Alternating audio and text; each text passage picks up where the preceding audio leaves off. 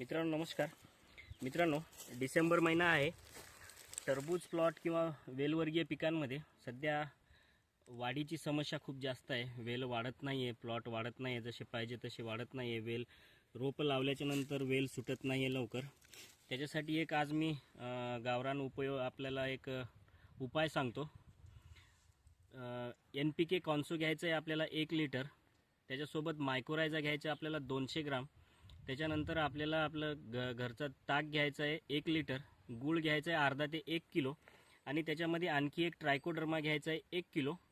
हे 200 लिटर पाण्यामध्ये आपल्याला काय करायचं आहे, भिजू घालायचं आहे चांगल्याने. 48 तास ठेवायचं आहे. त्याच्यानंतर ज्या प्लॉटमध्ये वाढ वाटत नाही आपल्याला त्या प्लॉटमध्ये आपल्याला हे द्यायचं आहे.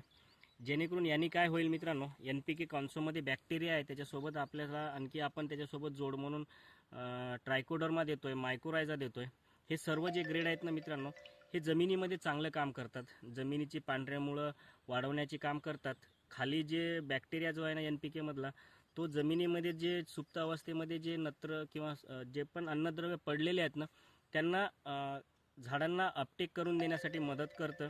जेणेकरून त्याने काय होईल, सोटमूळ जो राहतो ना टरबूजमध्ये, सोटमूळ राहते. सोटमूळची जेवढी चांगली वाढ होईल आणि त्याच्यानंतर पांढऱ्या मुळ्या जेवढ्या चांगल्या वाढतील तेवढा चांगला अपटेक होईल, तेवढी फास्ट वेली वाढतील. आणि हे पानाचे जे आहे ना, पानाची साईजसुद्धा वाढेल. जेणेकरून समोर चालून चांगलं प्रकाश संश्लेषण होईल तिथे आणि अन्नद्रव्य निर्माण होईल. त्याच्यामुळे ही समस्या येणार नाही मित्रांनो.